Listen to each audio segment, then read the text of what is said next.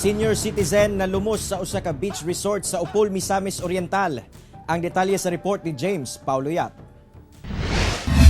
Nagpahigayon ang Upol Fire Station, Special Rescue Force, Philippine Coast Guard ug Maritime Police alang sa search and retrieval operation kaghapong adlaw sa usa ka senior citizen nga gikatahong nalumos sa usa ka beach resort sa Zone 6 Landless Barangay Igpit, Upol, Misamis Oriental.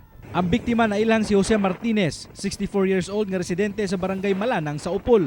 Sumala nga pasado alas 2 sa hapon niadtong Domingo, samtang naligo si Martinez uban ang iyahang paryente nga si Ryan Ahok. Nadala kuno kini sa lalom nga bahin sa dagat tungod sa kakusog sa balod, hinungdan nga nalumos. Swerte nga naluwas si Ahok apan missing si Martinez. Naka-perform ta og extensive search from sea waters of Upol to Makabalan area. So gilatas nato tanan dagat diha with the Philippine Coast Guard. So nahimo siyang joint interagency nga efforts. Nagpadayon paghihapon ang ilang search and retrieval operation karon para sa biktima.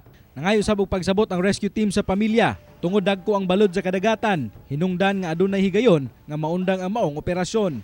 So as much as the responders would like to extend their pinaka-effort gid nga mapangita ang maong tao nga nawala, pero dili cooperative ang atong weather at the same time ang atong seawater condition is medyo delikado po on the part of the responders kay grabe kadagko ang balod nya sulog po. Kauban si Makoy Sempron sa kamera. Ako si James Paulo Yap para sa One Mindanao.